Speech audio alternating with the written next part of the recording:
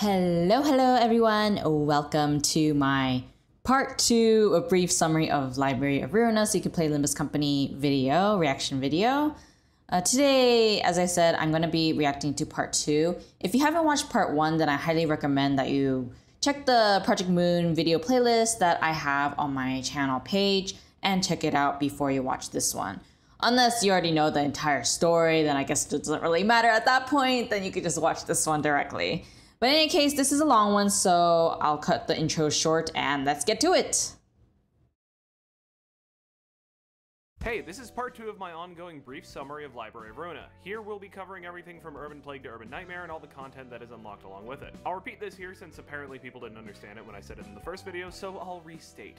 This video is made without the context of extraneous content, namely stuff like Limbus, Leviathan, and Distortion Detective. Please don't talk about stuff from them until they get their own videos. Also, while I respect that you've got a lot of fun facts, please refrain from posting them until the big collected video comes out so all the context can be found in one place. Yes, this includes stuff from the art book. Yes, this includes details the audience won't be privy to at this point in the story. Just be patient, we'll get there. Thank you, let's go ahead and get started. Okay, let's do this. Scene 4, Urban Plague.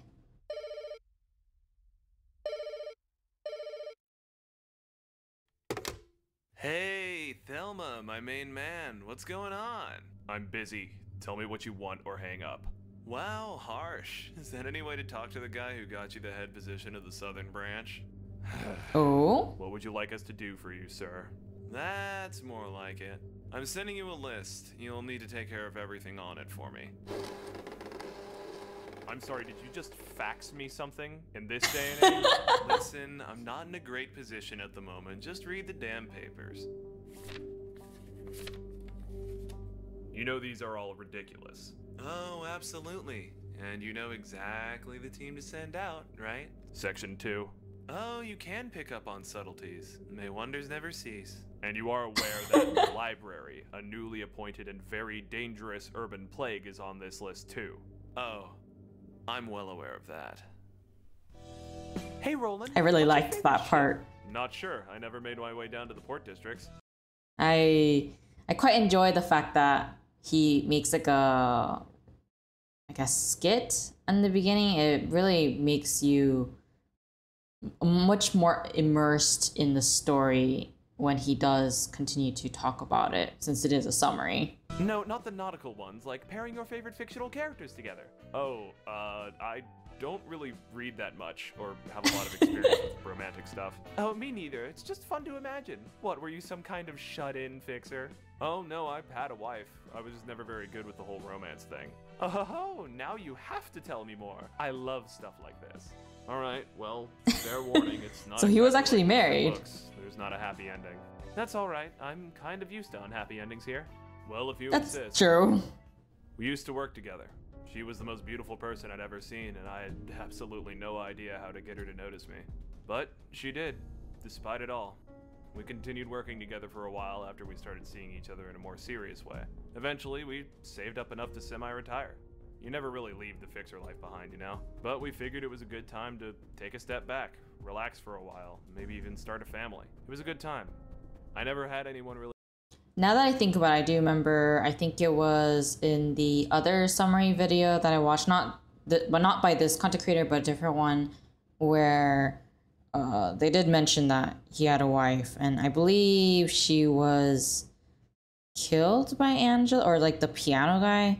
I know that some people said that that was kind of incorrect, so I do wonder if it's a little bit more correct in here once we actually hear about it. Really care about me like that, and I loved her just the same.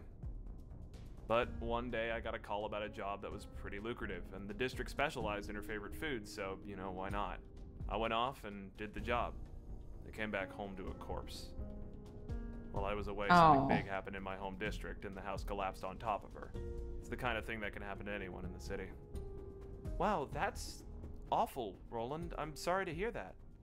This is this and that is that. Not a whole lot I can do about it. Still, it's surprising to hear someone call me by my name and not by some title. It's nice, probably the third most surprising thing to happen to me since I came here. Oh, what's the second? That this work suits me so well. I wasn't exactly a combat specialist back in the day, so, you know, killing people with regularity like this is surprisingly Really? easy. Don't bother asking about the most surprising thing. You'll find out about that soon enough. No sense in spoiling things.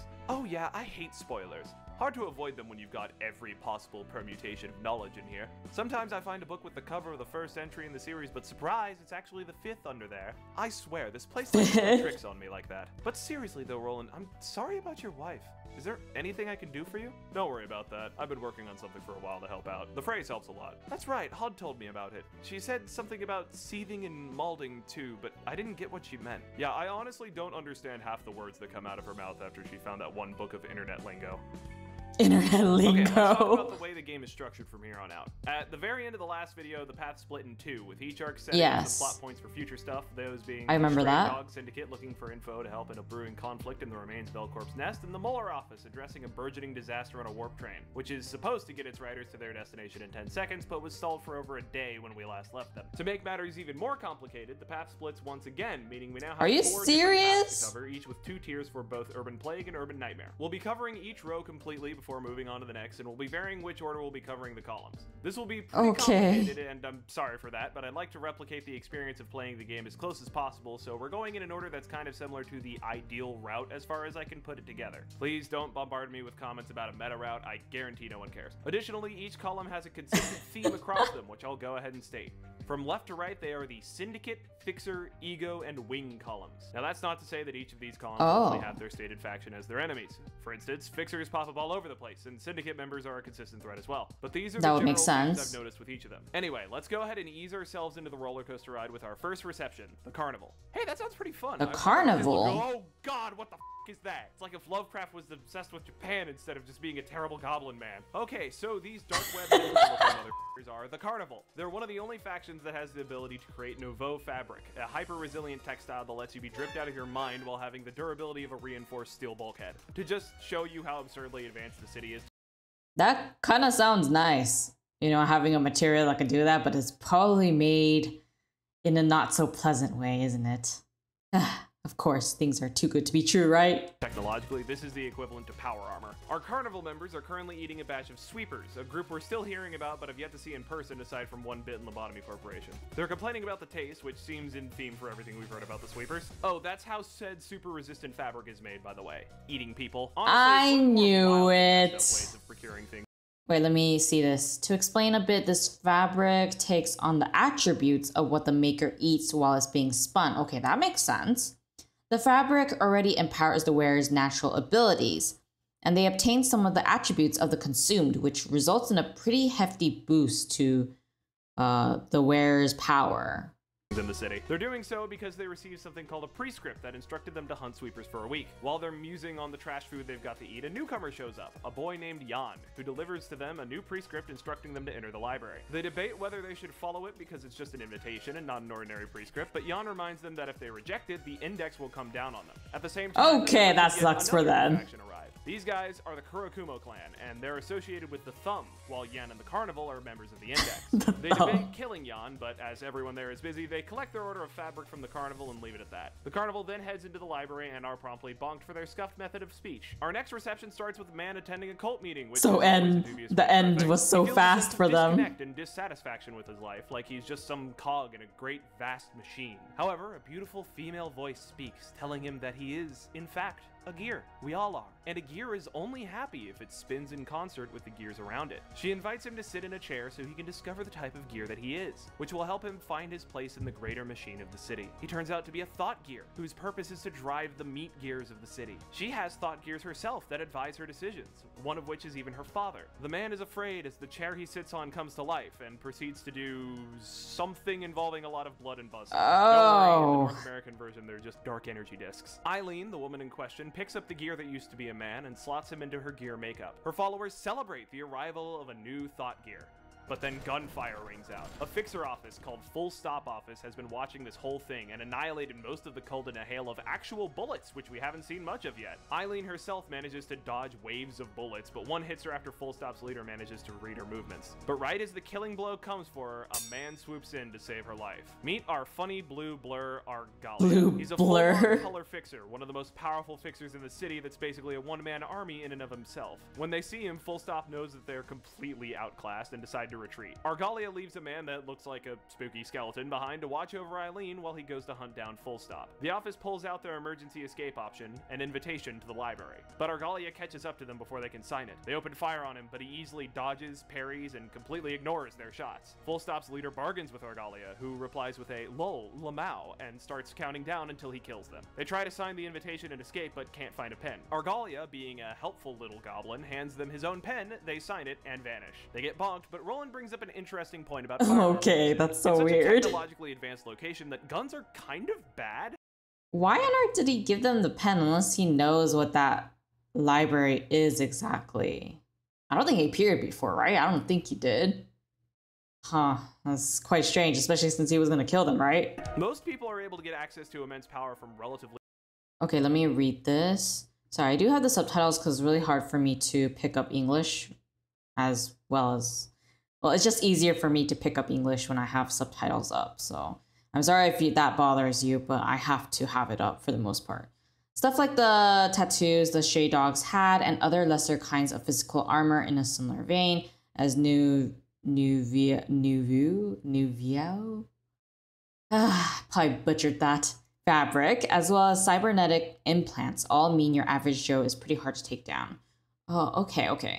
Simple methods that let them outpace or even overpower ammunition. Yeah, they can kill most inexperienced enemies, but anyone that's actually competent will be able to completely deny them, making the expense of using them a waste. And the reason they're so expensive, despite their simple production, is that the head heavily restricts the usage of firearms through taxes. Roland believes that this is a deliberate choice on the part of the head in order to make killing a more personally intense experience. Angela comments that there's plenty of death going around so weird. without firearms being widespread. That's true. Our next reception is the Dawn office. They're a member of the Leo Association and have 3 members: the leader, an old and very experienced fixer named Salvador, another extremely skilled fixer named Yuna, and their grade 5 apprentice, a young man named Philip, who apparently makes great tea. He and Salvador are chilling in the office. What's wrong with Philip? An associate of his, Walter from Zwycorp, has passed away in the library. Philip expresses sympathy for his mentor's loss, but Salvador tells him to stuff it because Walter was a prick. This is the start to a running bit where everyone that knew Walter absolutely hated the man. What nice friend. Yuna shows up mentioning how she just got back from dealing with a dangerous request called the 1,000 Needles that could only have been caused by straight up magic, and it turns out to have been perpetrated by yet another entity called Yesterday's Promise. Quick fun fact, that body the rats found in the first reception had the same mark on it that the stick in the 1,000 Needles case does, implying that this same Yesterday's Promise entity was responsible. Salvador announces that they're going to be taking on the library as a new urban plague threat. Philip is nervous because this is his first urban plague tier job, but Salvador encourages him to see it as a learning experience. Before they head out, they plan on updating Wedge Office, their sister office, about the situation, but they're busy dealing with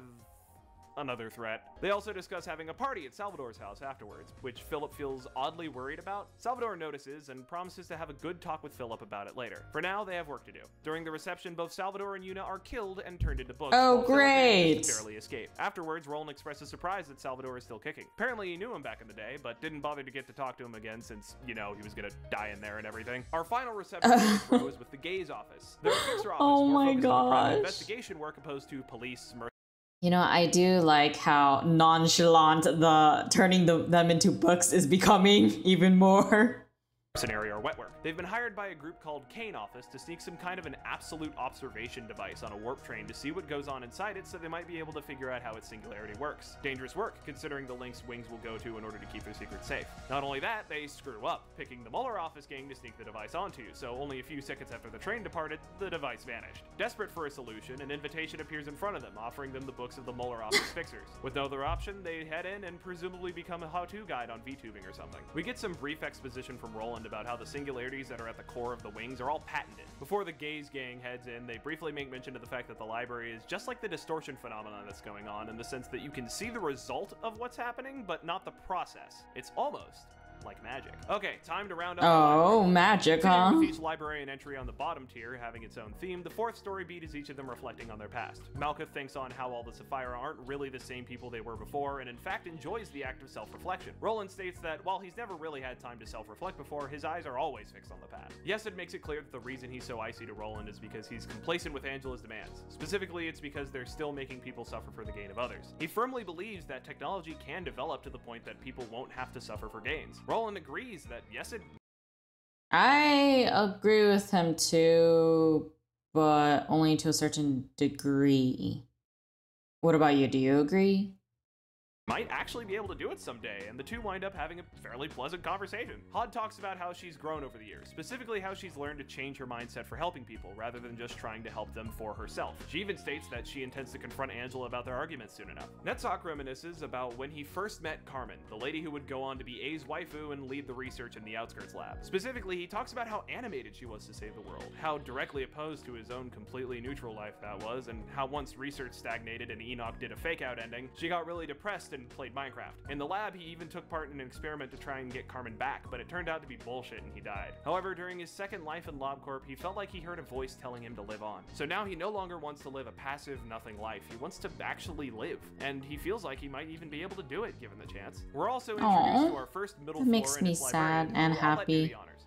What's up? It's your girl Tifrith, back at it again to beat the tar out of this lanky-looking motherfucker. If you want to see more beatdown videos like this, please like, comment, and subscribe, and don't forget to ring the bell. The round bell, that is. Let's go! Okay, maybe I should just describe her. Sif used to be a kid back in LobCorp, but she's slightly older this time around because apparently Angela was nice and gave her a body that matched the passage of time. Almost. She doesn't hate Angela as much as the other librarians because she's been able to see all the stuff going on this far and kind of sympathizes with her. She kind of understands why Angela did what she did and won't pass judgment on her until the choice that she makes at the end. Tiff also punches Roland a lot, which he mentions feels nostalgic. Okay, on to the second row of Urban Plague. Our first fight here is against the Kurokawa clan, the second fight of the Syndicate branch, and the group we saw during the Carnival fight. They're going around and doing the usual extortion thing to people, actively threatening them and stuff. Not very nice, but as we'll see later, refreshingly mundane. But when they wrap up and head refreshingly mundane, they find that a furry is threatening to give them a hard time. The entire family of around 100 fighters charge at the furry woman and are all beaten to a pulp while she stands unscathed. The furry woman then forces the remaining family members into the library, but not before revealing 3 important things. She belongs to an organization whose boss wants to clear the fighting syndicates out of L-Corp's nest. They're going to use the fabric to make uniforms for some kind of performance, and they want to help out the library at the same time. This is the last we see of although before we leave, Roland and Angela realize that the furry woman, called Tanya, is apparently some kind of special distortion that has managed to retain her sanity. But enough talk about furries. Let's instead move on to a much...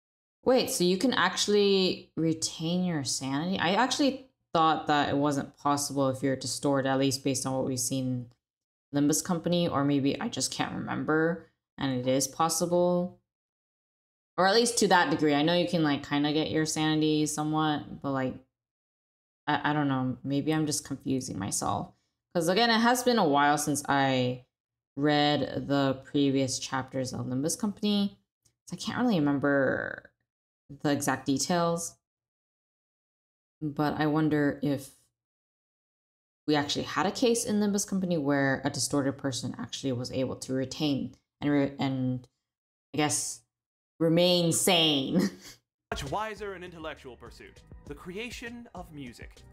And furries. I swear this doesn't become a trend. Anyway, meet the musicians of Bremen, a bunch of sickos, which shouldn't be surprising at this point, who have the goal of mimicking the pianist's performance. In case you don't remember, the pianist was one of the biggest manifestations of the distortion thus far, who wound up killing a ton of people. His performance was played on a piano made of still living human remains that caused those who heard it to merge into the piano and amplified the sound even more. At least until the Black Silence arrived and cut off the pianist's heads and hand. However, this group thought that nightmarish orchestra that took so much life was beautiful, so naturally they're pursuing that beauty. Of course, to do so, they make music using human remains too, because even a pop group in this city has to be as messed up as possible. The 3 members here are part of a larger organization, with each member named after the sound their masked animal makes. So here we have Meow, Oink, and Moo Moo, who are complaining about getting dangerous orders from further up by people called Cockledoodle and Hee Haw, implying the existence of a chicken and donkey as well. Said orders involve entering the library, and when they do so, the conversation naturally devolves into discussion about how rabbits don't actually have an iconic sound. Angela appears and tries to get them to listen until suddenly one of the members strikes at her and shockingly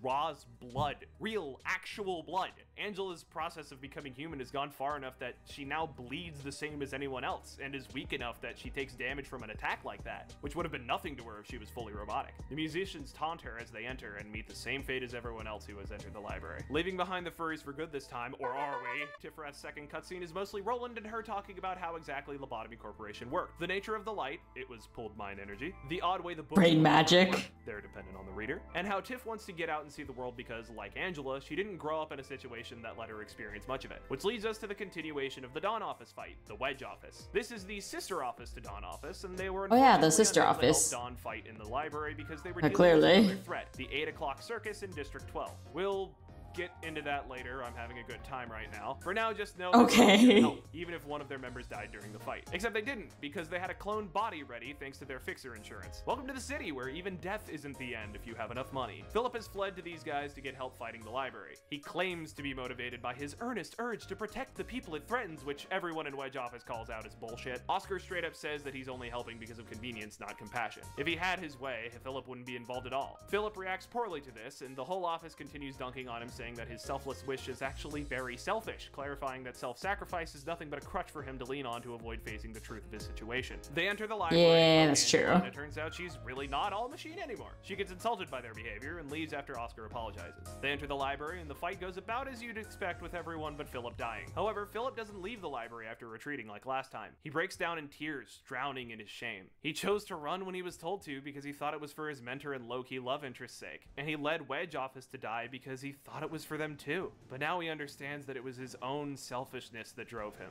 and resolves to own that part of him, and accept himself even with his negative aspect. No one cares that he's crying. Only he can. Only he can console himself. Only he can take the next step forward. As he steps back into the arena, a wing made of wax sprouts from his shoulder and a flaming sword appears in his hand. Philip, now wielding his own ego, faces the library once again. And he fails like the rest. Except just like before, oh man, not because of his own cowardice this time. Roland realizes it's because Oscar had planted an emergency evacuation device on him, implying he did actually want to help Philip get over his own bullshit. In fact, Roland expresses deeper knowledge of Oscar's personality than a passing acquaintance would know, which Angela calls him on. Roland shrugs it off, saying that he would inevitably meet up with someone like Salvador and Oscar by being in their same line of work. Real quick, before the lovingly crafted next fight, let's talk about exactly what the hell happened there with Philip. I brought up the concept of ego in the Wonder Lab. I'll go a bit more in depth here with the information we've got thus far. Ego and Wonder Lab and Corp referred to gear that you could make from abnormalities you took care of. However, we that makes sense. That ego I remember that an individual can manifest. For instance, a member of the Sapphira, Kali, or Gebra as she was known later, was capable of manifesting her own ego. Specifically, the suit she wore granted her immense power, while the sword she wielded was another ego derived from an abnormality. Awakening your own ego is an incredibly rare occurrence. Okay, so as far as I understand, Callie manifested her ego at the Outskirts lab after a lot of research done on the light and enkephalin. Philip did it without being in the heart of cutting-edge research on this stuff, so he's actually really talented then, huh? It's one that seems to have been easier for Philip than it was for Kali. As I mentioned, we'll go more in depth with these details later, and this is my warning to shut up about the exact nature of ego and any other related topic in the comments until we get there. Which leads us to the final reception in Urban Plague, Love Town.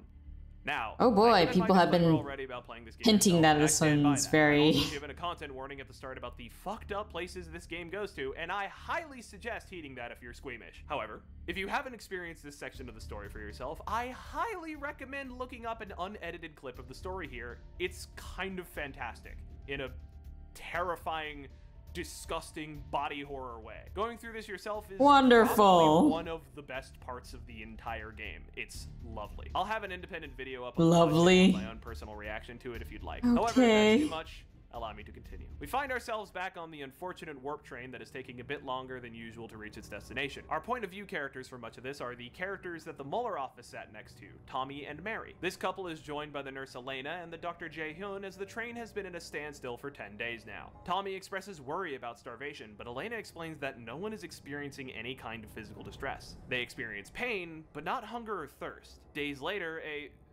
Okay, I know this bit is really intense and atmospheric, but I'm worried about YouTube TOSing me here, so we have to find some euphemisms. Oh, I got it. Days later, a really okay passenger gives himself an extra mouth at about the base of his neck. Yet despite this, he's still alive and actively in pain. The completely okay, please believe me, individual is brought into quarantine, apparently unable to die. Jae-hyun and Elena warn Tommy that things are just going to get worse from here on out. 2 weeks have passed since departure and the prediction was true. More and more people are becoming just fine, don't worry about it, but thankfully Jae-hyun and Elena are there to keep Tommy and Mary's carriage relatively sane. 2 months have passed since departure and things are yet even worse. Of the 30 carriages, half of them have become stop worrying about it madmen who break into other carriages to have tea time and biscuits, the inhabitants. Jae-hyun and Elena have ideas how to protect the still sane passengers through the power of their love for each other. 100 days have passed since departure and people have accepted the offer. Tommy is shocked by their appearance and doesn't want to take them up on their offer, but Mary tries to convince him that the only thing she wants is to stay together with him. After seeing what happened to the passengers in a raided carriage, Tommy resolves to accept the offer.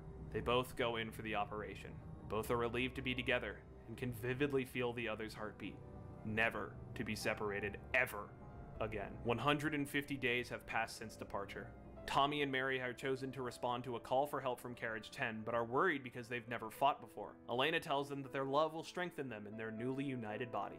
3,000 days have passed since departure. Tommy and Mary have become accustomed to fighting the normal people, believing that they really did draw strength from their love. We finally see the completely normal person the two have become as they're celebrated by the citizens of the front carriages, now called Lovetown. 724,284 days have passed since departure. After nearly 2,000 years of being in the train, Tommy and Mary's identities have merged and regressed into Tom Mary. One of their great joys in life is to smash the still living and in pain remains of the just fine, thanks for asking passengers, especially shaping them into shapes like squares, circles, or triangles. They greet Elena, now calling her their mommy, and Jae-hyun their daddy. Yet another pair of words that the internet has ruined for me. Elena promises to advise if they're able to go into the library and retrieve some books for her. She knows full well that they will not come back. Inside the library, Tom Mary expresses excitement that they're leaving town for the first time ever. Angela asks them if they remember who Tommy and Mary were. Tom Mary doesn't know who that is. They enter the library and, perhaps mercifully, are turned into books. Okay, I'm gonna need to get some extensive therapy after that. However, wait, so I do have a question. So once they become books, are they separated? And if it was gonna be like that in the first place, why the heck did the nurse and the doctor even do that kind of operation on them? That's kind of messed up and a little kind of sus.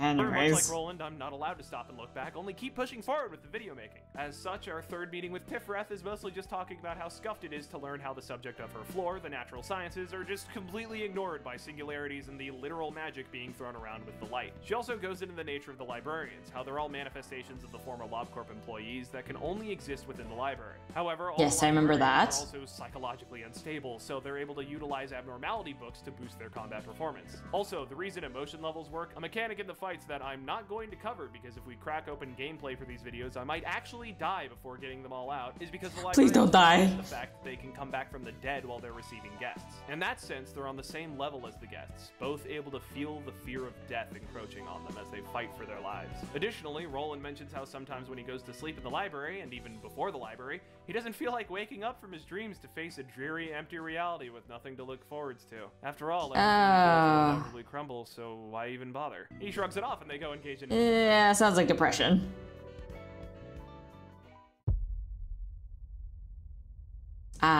Urban Nightmare. Which leads us to Urban Nightmare. If the game was holding back before, this is where that stops. But difficulty curves aside, let's talk plot. 3 people are discussing how they finally have enough information to confirm that the library is obtain truth bullet. Additionally, they have discovered that the library is manifesting inside the ruins of L-Corp's nest. However, currently no one can approach it as it's covered in fog. They confirm that they will need to prepare, as the library has been upgraded to Urban Nightmare level. So, how much longer do you think it's gonna be? The videos? Couldn't say, there's still a lot of ground to cover. What? No, I meant your whole goal of becoming human and getting that sequel you wanted. Oh, yeah, it's coming along. See, every possible combination of words exists in this giant library. I can technically read every book ever conceived, but I could also read nothing but nonsense for all time. The invitation is there to help me navigate along all these infinite possibilities to eventually get the sequel I'm looking for. And in order to do this, you're killing people. Have you considered raiding a bookstore for a copy of it? Listen, Roland, I've been through a lot. When I'm human and I've finally gotten to read the conclusion that I've been waiting for, I'll be able to truly be free. More free than anyone else in this damn city, at least. So while I might be able to find the sequel just by looking around, I won't really be able to enjoy it unless I've freed myself from the shackles of my past. I've enjoyed my time reading books in here. And while I'm sure I could enjoy reading this last book in the same way, it will be all the sweeter when I've resolved my struggle, when I can be free of my restraints to truly enjoy something. Not to simply kill some time while the library forms around me, but to truly indulge in inconsequential joys for its own sake. And if I have to break this entire city to do so, I will, because I'm owed at least that much after what that bastard of a man put me through. That's true. Letting it go. I mean, there's a lot more to do out there. You can just focus on what you'll do next. Do next? I don't think you understand. What I'll do next is burn everything A.N. built to the ground. Then I'll take my sweet time reading over the ashes. You do understand, I literally can't forget anything, right, Roland? Yeah, but all I'm saying is, sometimes it's better to not just charge ahead blindly. Sometimes you need to take a step back and evaluate what your next move should be. Fair enough. I think our next move should be lunch. I've changed enough that I can actually taste things now, and let me tell you, I can't get enough of those sandwiches you recommended. Sounds like a good idea to me, boss. Okay, now that they've eaten, let's talk about our first reception of Urban Nightmare, the I want to go there. Unfortunately, the conversation that happened at the start of Urban Plague was about this group right here, She Association South Section 2. Damn, I thought this Y thing was going to be the only tongue twister here. They've been deliberately overworked by their boss, who is in Argalia, the Blue Blur's pocket. And by overworked, I mean the office is basically dead in the water, with all their fixers either already dead or severely injured. Most injured is Eugen, the section's leader. However, despite this, she still plans on leading the last of her men into the library because they have a book of the musicians of Bremen, the leader of which was seen talking to Argalia, meaning if they can get that book, they'll have the info they need to expose their shitty boss and get him taken out of the picture. Eugen was even responsible for the Full Stop office's attack on the Church of Gears. Gathering their determination, they head into the library. Roland mentions how that doesn't sound like a good idea. As a fixer, and Angela finally has enough of his bullshit, calling him out on his claim of being a nobody grade 9 fixer. He reveals that while he is currently a grade 9, he was previously a grade 1 fixer who specialized in information gathering, so he has a ton of connections across the city. However, he was never very good at combat, and his current prowess is due exclusively to the library's influence and nothing else. When asked by Angela how he feels about killing his former acquaintances, he rationalizes that they're hardly blameless, and he can't afford to let them live if it gets in the way of his and Angela's goals. After the battle, Angela comments on how Eugen reminded her of a fixer she knew in the past named Kali, a name Roland doesn't recognize until she reveals her other title, the Red Mist. Roland starts fanboying over how cool the Red Mist was, which is honestly a mood, saying how she made him believe that he really could obtain freedom through strength. Speaking of, meet Gebra. Who? I just talking to this, right? Okay. Oh, okay. Introduce myself? Sure. I'm Gebra, formerly the color fixer known as the Red Mist. Also, that Roland guy is absolutely bullshitting. I can tell just by looking at him that he's way stronger than some information specialist. That man has killed. But Geb's concerns are for later. For now, we return to the for later. Specifically to the wonderful doctor who performed all those surgeries. He finds himself in the what the front heck? of the train, specifically the first class section. Jaehyun comments on how strange it is that there even are first class seats on a warp train. After all, if the trip takes 10 seconds, why even bother with different sections? Unless, of course, the trip didn't take 10 seconds. If it took thousands of years, then it would make sense to have some kind of a class divide. Especially if that divide included a blissfully ignorant rest, completely removing oneself from the horrors of the void of time. And how curious is it that in the walls there's a box bearing T-Corp's logo? You know, the wing associated with time. This all reveals that what happened on this train was no accident. This is just how warp trains work. Every time they take off, every single time they leave, thousands of years pass inside and 10 seconds pass outside. W Corp knowingly puts people through this hell on a regular basis. The whole time dilation thing, that's not even their... That is horrible. Singularity. Their singularity is being able to reset something back to a previously safe state. Remember how everyone had a seat that was assigned to just them? Remember how they had seat belts? Yeah, that was to scan them so that later they can be snapped back into that exact moment they were scanned. So to them, it feels like nothing ever happened because it didn't really happen, all evidence of it has been erased. Jae-hyun briefly muses on which life is real, the one of a scant few decades outside or the one that lasted centuries inside. That doesn't matter too much. What does matter is that these poor first-class schmucks had the misfortune to be on the same train as Jae-hyun and Elena. Their disguises that were given to them by someone named Pluto wear off, and they reveal their true faces. Their distorted faces. Jae-hyun takes the So that's why they did that kind of surgery, huh? They're not actually good people. Huh.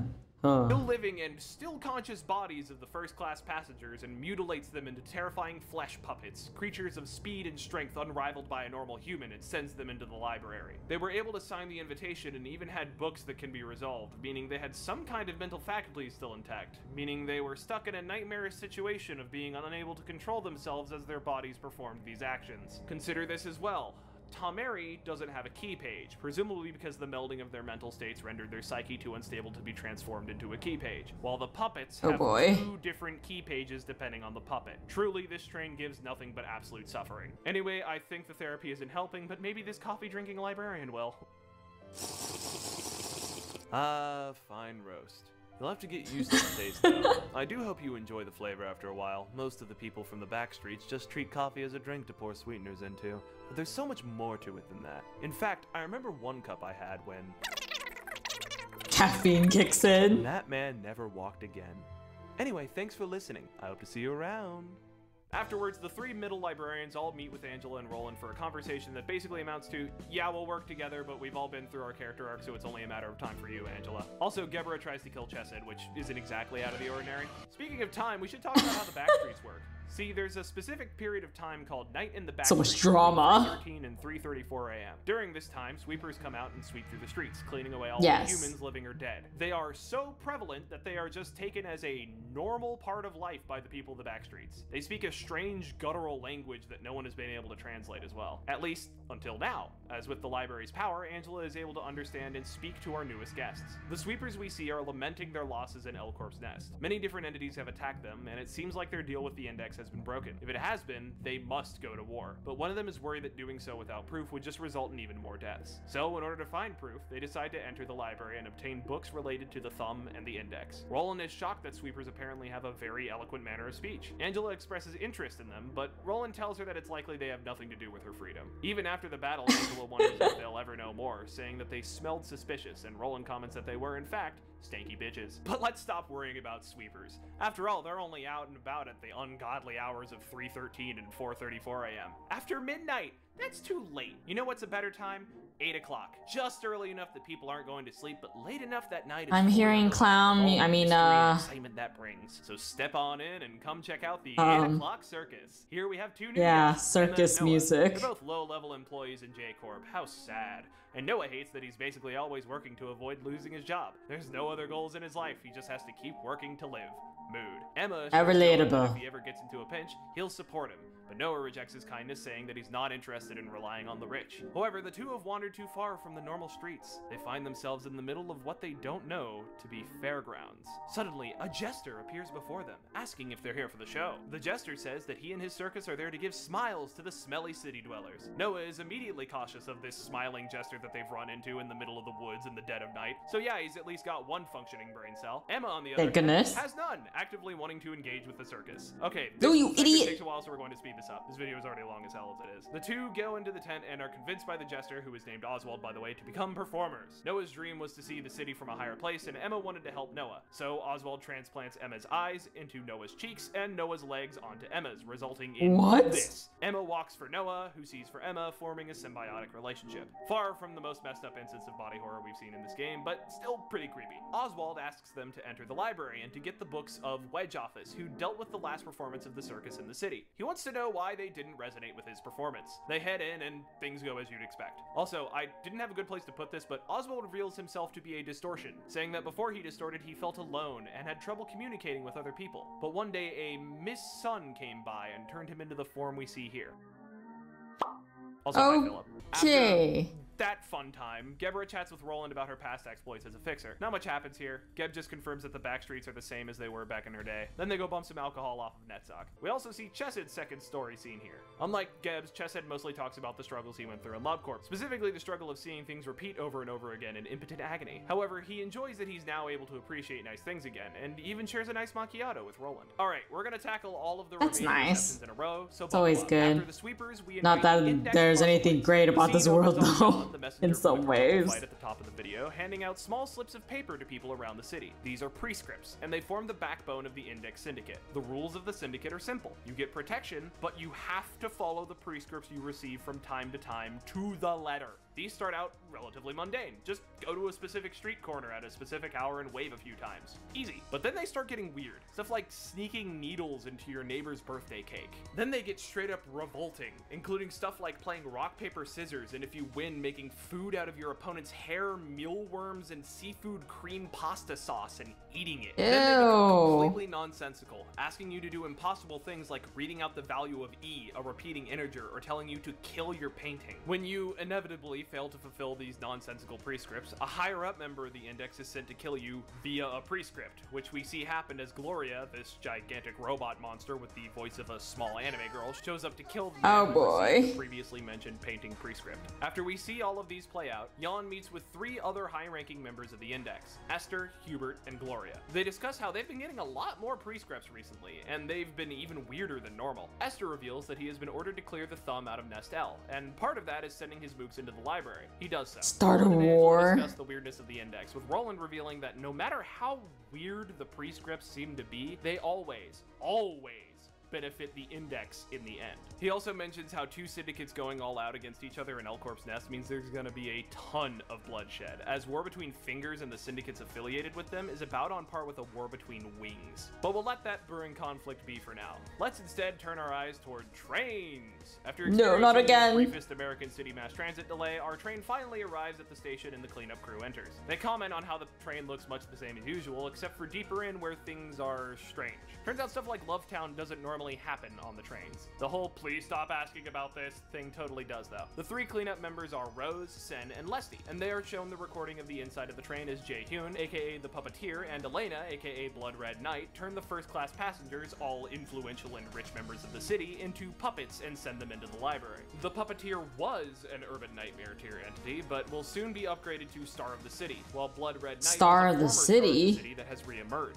The crew is forced into going to the library to retrieve the first-class passengers' books, as they contain dangerous secrets about the wider city, and basically all of Warp Corp's secrets are being exposed. They enter, and as you might expect, get turned into books, meaning the library now has access to W Corp's inner workings. Afterwards, Angela mentions how if W Corp's secrets were to leak, they would likely collapse, but not in the same way L Corp did. Roland asks about L Corp's plan, specifically if their collapse was part of it. Angela says it was, and Roland assumes this means the plan succeeded. Angela reveals that it was quite the opposite, and she deliberately ruined that plan for the sake of getting revenge on her creator. Roland says that she might single-handedly be responsible for the distortion phenomenon. Angela doesn't deny that she might be, but she also says that she has no real reason to care for the suffering of anyone else in the city. Roland quietly, but reluctantly, agrees. So do you remember Thelma, the boss of the She Southern branch that wore you to die in the library? Well, he's currently getting his comeuppance. Argalia, Eileen, the Church of Gears leader from before, and a group of masked figures called the Smiling Faces are currently torturing and eating him. This reception primarily shows that Argalia is recruiting powerful distortions for some unknown purpose. Most of the story here is just Thelma getting tortured and Argalia being a massive blue dick about it, as he intended to have Thelma killed regardless of how well he performed.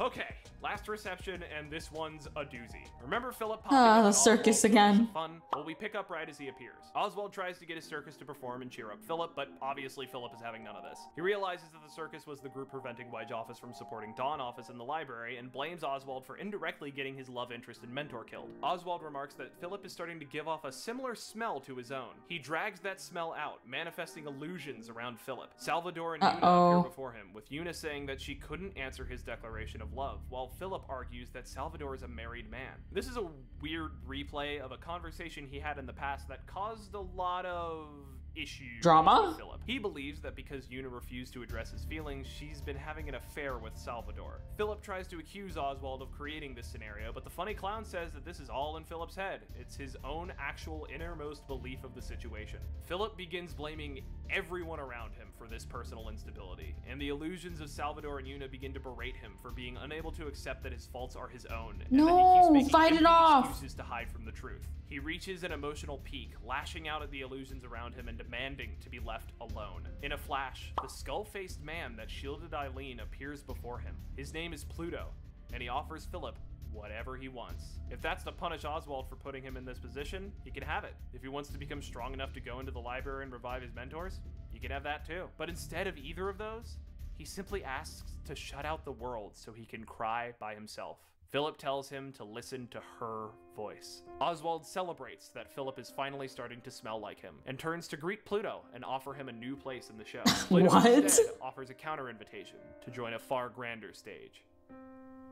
Philip has completely distorted. He now takes the appearance of several angelic cherubs, each with tears flowing from their eyes. He has become an entity known as the Crying Children. Angela briefly explains how this happened. Whenever someone uses an ego, there is a certain point where the ego can consume the wielder. This turns the wielder into an abnormality. However, there is a Okay, yeah, I remember that. windows and distortions, namely how voluntary the process is. Abnormalities are made by force. A person's ego is dragged up from the depths of their minds and forced into reality, where they are instantly consumed by its power and become Oh boy. Distortions are caused when a person willingly gives in to their ego, as well as some other factors that we can't talk about just yet, but we might have the time to Philip get was into doing later so down the line. well. I must remind the comments once again to not discuss information that has yet to be covered. Please put your keyboards down. You'll have plenty of time to show off your big lore brain during the final video. Also, yes, Cat from Wonder Lab distorts at the end of the comic. One of the big differences between abnormalities and distortions is that distortions don't give off any enkephalin, the stuff L-Corp used to generate power, and Party Everlasting had 0 enkephalin ratings. For now,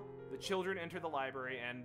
Okay, listen, these videos are much more in line with my early LobCorp one, where I didn't talk a whole lot about my personal thoughts on the story and just delivered the info and moved on. But I'm breaking that trend right now, and probably again a little bit down the line, because my god, this is one of the low points of the game in my opinion. I hate crying children and this fight. I won't suddenly diverge into the mechanics of this game because, as I said before, we do not have the time, but where most of the challenging encounters in this game clearly display the information required to beat them in a similar place, crying children is frustratingly oblique. To clarify, the fight operates in phases, swapping between the children all being apart and then fusing back together into one big super angel that fires laser beams. There is no feedback that bonking the cherub children is actually progressing the fight, especially when it goes through 7 different stages, with the fused form getting stronger every single time you get to it. Granted, the last stage is mostly oh my god. illusion as you bonk the very last cherub, but still, 6 phases of relatively complicated boss fight is a lot. And I think that's a little too much for me. Boss. It's not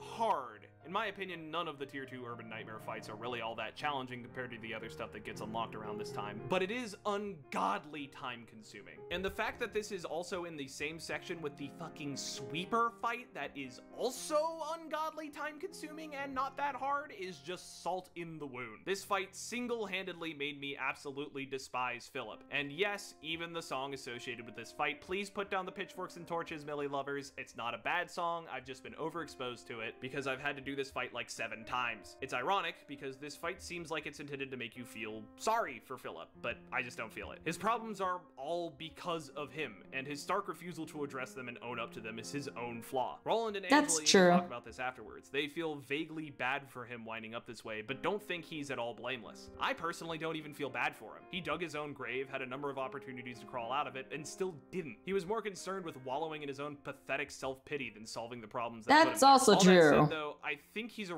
really well-written character. The fact that I hate him so much is a sign that he's handled competently. And while the fight might be deliberately long and frustrating to increase said hate, I think it comes too much at the cost of, you know, the game being enjoyable. But this, once again, opens up the whole not all games need to be fun to be good thing that constantly pops up whenever I discuss LobCorp, and if we do not have time to get into the gameplay, we certainly don't have time to get into the trenches of that particular topic. So we'll just leave off with Philip being a well-done character that is cool to see stick around and grow at the library, because, yeah, one of the cherubs gets away. So Philip is, guess what, still fucking out there. That's the story for Star of the City. For now, I do have to say though that I'm a little disappointed that he distorted. Mostly because at the end of the fight where he gets the ego, he shows signs of moving forward, but then just because of this particular incident with the Oswald guy, he ends up going backwards again anyways, which actually is quite common for like real people. Do not just move forward and then stay like that. It takes a long time and consistent effort in order to establish that new mindset, but also the same with habits too. So it makes sense, but it also makes me a little sad too at the same time, if that makes sense. How do you feel about Philip? Do you like him? Do you hate him? Do you think he's a good character, or do you think they missed a few things with this character? Let me know down below. Let's wrap up this last batch of librarian stories for this video. Tiff talks at length about the differences between abnormalities and distortions. While they're both monstrous entities that are born from the human psyche, abnormalities were forcibly made, as we discussed before, while distortion occurs voluntarily. Tiff believes that the only way to stop the distortion phenomenon is to gather up all the light once more and do it all again, spreading it over the whole city for an uninterrupted 7 days. They also discuss why Tiff was willing to accept Angela's offer. She explains that it's because she felt that she needed to give her a second chance. Geb talks about her life as Kali, specifically the things that she went through over the years. She barely survived as a kid until eventually she took up a job as a fixer. When she started doing all right and making a little extra money, she sent it to her apartment neighbors. However, they broke in and started ransacking her house, convinced she was hiding more money. They even bound her hands and feet while she was sleeping so she couldn't fight back. She didn't break out when she woke up, wanting to believe that it was some kind of prank, but it wasn't, so she busted out and killed them all. Roland mentions that he was the kind of fixer who was mostly upright, doing his best to help out, but had a period of time where he went a little bit wild. They bond over the fact that they were both the same kind of fixer that learned a lot of similar lessons. Right after that, Roland and Chesed have a very intense conversation about society. That's a good scene, but not really important to the overall plot, other than Roland's adamant refusal to even acknowledge Chesed's point that maybe society doesn't have to be based on the process of blending up people. Maybe there's a way to have a better life rather than just moving into a nest and hoping the wing takes care of you. For whatever reason, Roland really doesn't like that. If you haven't seen this scene, I highly recommend going and checking it out. I won't be covering the exact details here, but it's a fantastic character moment. So Roland is the type of person who is a stickler of the rules in some ways, as in like the societal unwritten rules. So for him, doing something outside of the box seems inconceivable and doesn't make sense. But then Chess clearly is different. I don't know if that's his name, but I think that's what he said, Chess. But Chess actually thinks more outside of the box, most likely because he used to work at L Corp and has seen a lot of things. And so he's more likely to think about, is there a way to actually not go with the current state of society? Is there a better way to go about it? And the clashing of the two ideals and understanding and desires of society are clashing in this particular moment. I like that when they do something like this. For both of these guys. So that's Urban Plague and Urban Nightmare. These really are the moments when the library starts getting the attention of some of the more impactful movers and shakers of the city. The plot is starting to get moving in earnest here as well, and it'll only get more intense as we rise higher and higher. It feels like we're missing something though. Oh well, maybe we'll see with the next video. Anyway, thank you all for watching, and I'll see you next time for Star of the City. Hello? The time has come for this floor. What's the status of your task of assembling a comprehensive collection of knowledge about your floor's subject? History is fucked. No one bothers to keep records of anything anymore because there's always some tragedy occurring. People are refusing to remember their history to protect themselves, me included, but now that I'm aware, I will do all that I can to remember everything that I've done and to come to terms with it. If anyone is still running away from their past, it's you, Angela. Remembering human history is irrelevant. It's all just the same instance of people killing each other. But there is a chance that things can change. It has happened before. It can happen again, so long as we actually try to do so and don't just sit around waiting for it to happen. Even you come from such a change. Technology is only used in the city for the sake of a result. The people of the city ignore the process of obtaining their goals. They don't count the cost. Kind of like you in this library, Angela. You don't care about the cost of this place. Yesid, shut up and do your job. My job is irrelevant. If it is in the best interests of you, me, and everyone else, I will shirk this forced responsibility. The stories people tell in the city are always about finding somewhere to belong. They form an infinitely repeating cycle of doing whatever it takes to live comforting lives, regardless of the consequences. Isn't that what you're doing, Angela? Looking for a place to heal and in the process damning anyone in your way? Don't you see that what you want and how you're getting it contradict each other? Art in the city seems to require some kind of human suffering.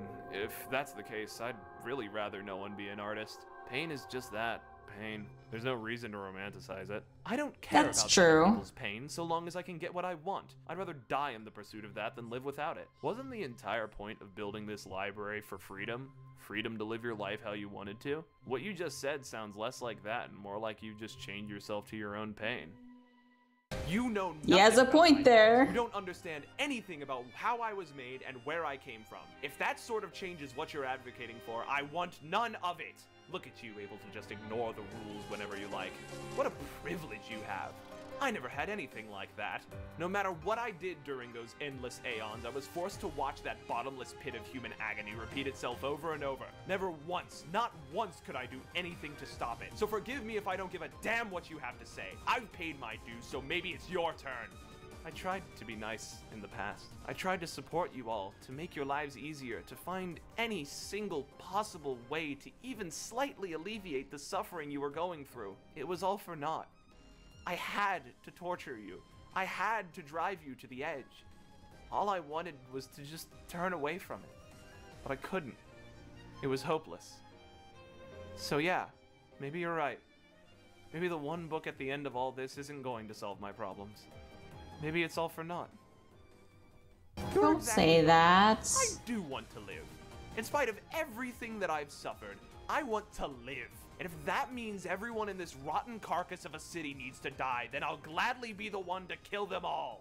Welcome to Realizations. Every time we covered one of those story beats, it's been accompanied by a fight against an abnormality. These are the final tests of each of the floors, where you have to fight every single abnormality from that floor in a row, followed by a new one at the very end.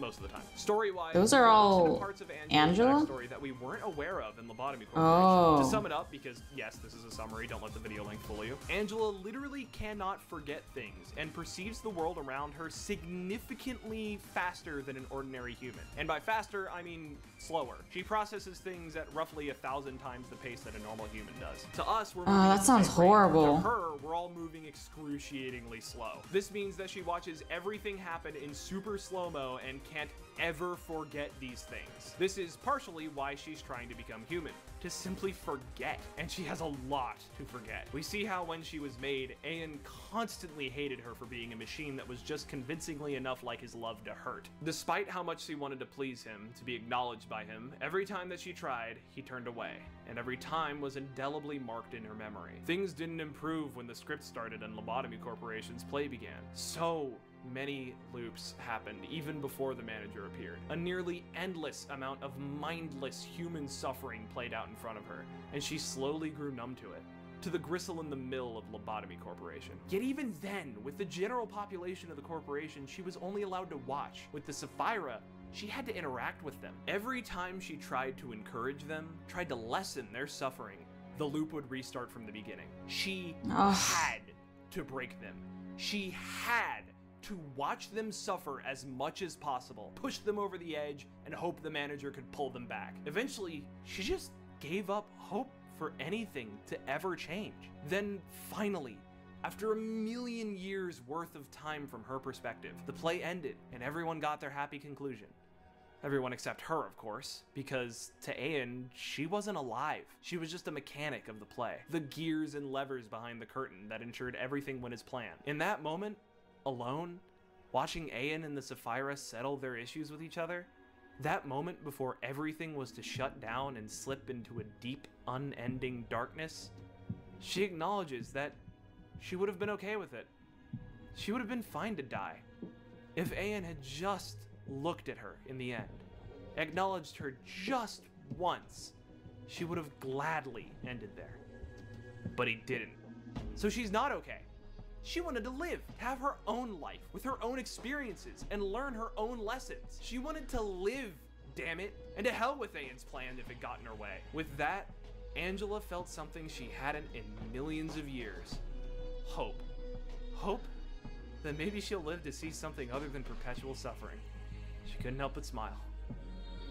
So we now finally that's know the what full story behind happened. Angela's betrayal in LobCorp. We've seen everything from her perspective and fully understand the sheer monolithic magnitude of suffering she's been through. But each character helps her fight through this suffering. Malkuth helps her understand that only she can care for herself and recognize her for what she is. Others can help her out, but in the end, only Angela can care for Angela. Yes, it helps her understand that even if she didn't have any choice in the past, she's free to make her own choices now. She's no longer bound by Ian's restrictions and can change whatever she wants. Hod helps her understand that she has to change. She can't rely on this one book to fix everything for her. It's not some miracle that makes will sense. just magically make everything better again. The only thing that can change her is her. And while she might be repeating some of the suffering that happened before, it's up to her to decide if this is a repetition of a treadmill in the same place or a wheel moving forward. Finally, Netzok helps her understand that even these feelings that she's been expressing each realization shouldn't be discarded. She might be ashamed of them, but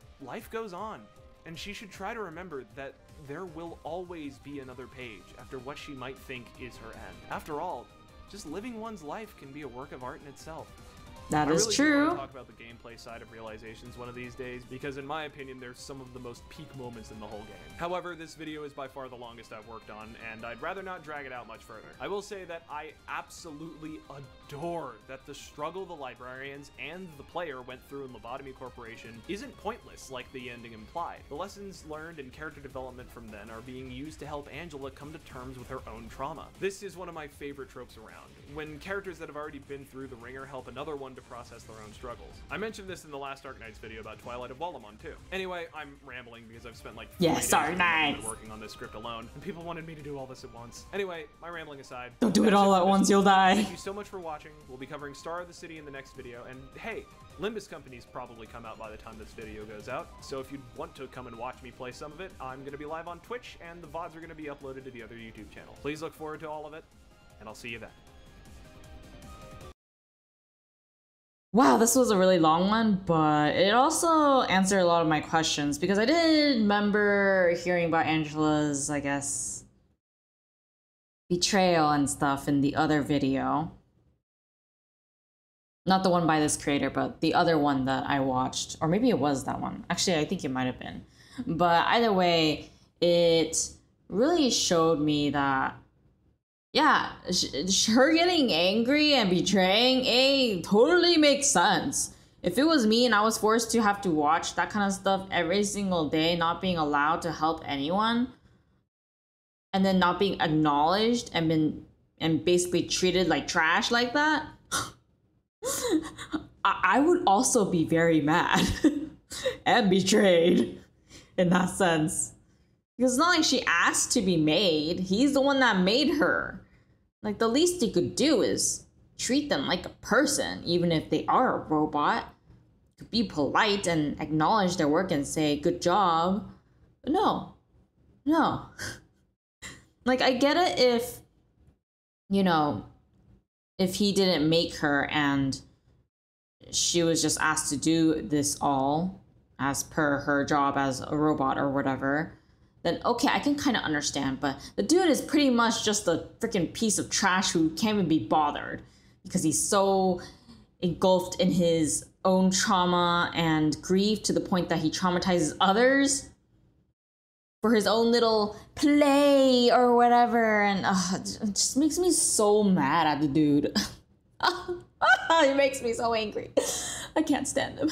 The more I hear about him, the more it pisses me off. But also now I know why you guys keep talking about how Lovetown is, you don't talk about it. I still wonder if the books actually make them split apart. Because maybe then it's actually a mercy that they are split apart and are now their own selves. Or are they just stuck together like that for the rest of their lives? Because if that's the case, then, oh boy, that is not pleasant at all. And also, what happened to the passengers? I know the first class one, I know that they ended up in the library and became books. Then does that mean they can no longer go back to their original self? That's something that I'm quite curious about. I would like to know if they actually do end up going back to how they actually look instead of continuing to be a puppet. I guess I won't find out until someone answers, or if there is a part 3 to this, then I'll be checking that out. But either way, this was a very informative video, and I really enjoyed the way that he would voice act the characters, but also just gives a very good description on what everything is and how it happens, but also doesn't make it so traumatizing compared to what you might actually experience in the game itself, which I appreciate because then I don't need to do extra edits and cut that part out or anything like that in case that gives issues. But it's just a very pleasant summary video. I know someone said that it's not entirely correct, so I would like to know what the discrepancies or incorrect parts are. But for the most part, I actually feel like this solidified a lot of my questions that I had about Library of Ruina lore. I can't even say lore correctly right now. But that, and also the structure of the game, because actually one of the things that really tripped me up was how and what direction I should be going in, like pathwise for the game. Even though people kept explaining it, it just didn't really click in my head as to what they meant. But seeing it with this video actually made a lot more sense, and what exactly the goal or how to like go through it properly, I suppose. Although I know this video is not really about gameplay, and I'm not going to be playing Library of Ruina no matter how much you guys might ask me to. I'm not going to. I don't have a PC anymore or a laptop, and I'm not going to buy one just for this game.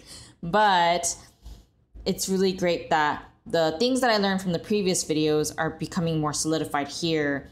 And thankfully this video has a lot more details, so it answers and fills in the blanks a bit more compared to like the super short summary videos that one might see. As I said, I will be checking out a lot of Library of Ruina and the Lobotomy Corporation lore videos, but not just that, also like, I guess, video essays about the analysis side would be great too, if I can find any. I will also be reacting to those if I get permission from the content creators who make them. But yeah, if you have recommendations on other Project Moon videos or even other game videos in general, then let me know down below. I'd love to check them out. I do have a lot on my list, but I do like to add them in case the content creators don't respond to me at all. Then at least I'll have enough videos to release for you guys. I am hoping to release at least one Limbus, or not Limbus, but Project Moon videos a week. I'm not sure if it's gonna be always like a reaction, because I am going to be recording my gameplay, so you might occasionally get a Limbus Company gameplay video instead. So just look forward to that. I am hoping to create a video where it'll be meant mostly for content creators who decide to play Limbus Company and stream it, but also for anyone who just really wants something like super simplified. Mostly because while I do appreciate the in-depth guides for Limbus Company, and the tutorial is really great in Limbus Company now too, I do think that there is a lot to remember. So I'm hoping to, and this is with the help of my server too, as I am asking them questions about it before I dive into the intervalos and then Canto 8. I do hope to create like a one-page document, like a PDF, that streamers can print out and then have on their walls so they can use it as like a reference sheet of basically like the general guidelines and what things are, so that it's not as difficult to get through the story gameplay wise. And when I say this, it's because most streamers have to play multiple different games. And if they're just playing it for the story, then it's even more difficult to be able to get into the gameplay for Limbus Company. And it'd be a shame if they drop the game because of the amounts of backseating that I know people complain about. I personally don't have a problem with it, but I know many people did. So that, and also just the fact that there's a lot to remember on the screen. So I am hoping to create like a reference sheet for those types of people, but also for those who just are playing Limbus Company very, very, very casually, just to have it in their computer or have it on the wall, like printed out, to know what everything is and what the general tip is to do to fight against it.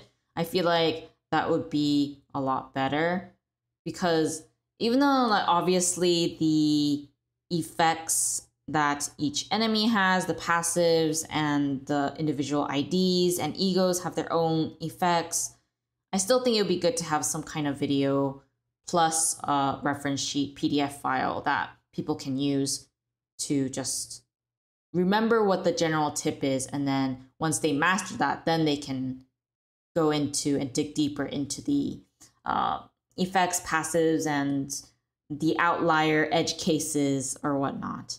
That's what I'm hoping to release. It's mostly for myself, but I do think maybe it'll be helpful to others, which is why I'm hoping to release a really short video that goes over how to use the reference sheet.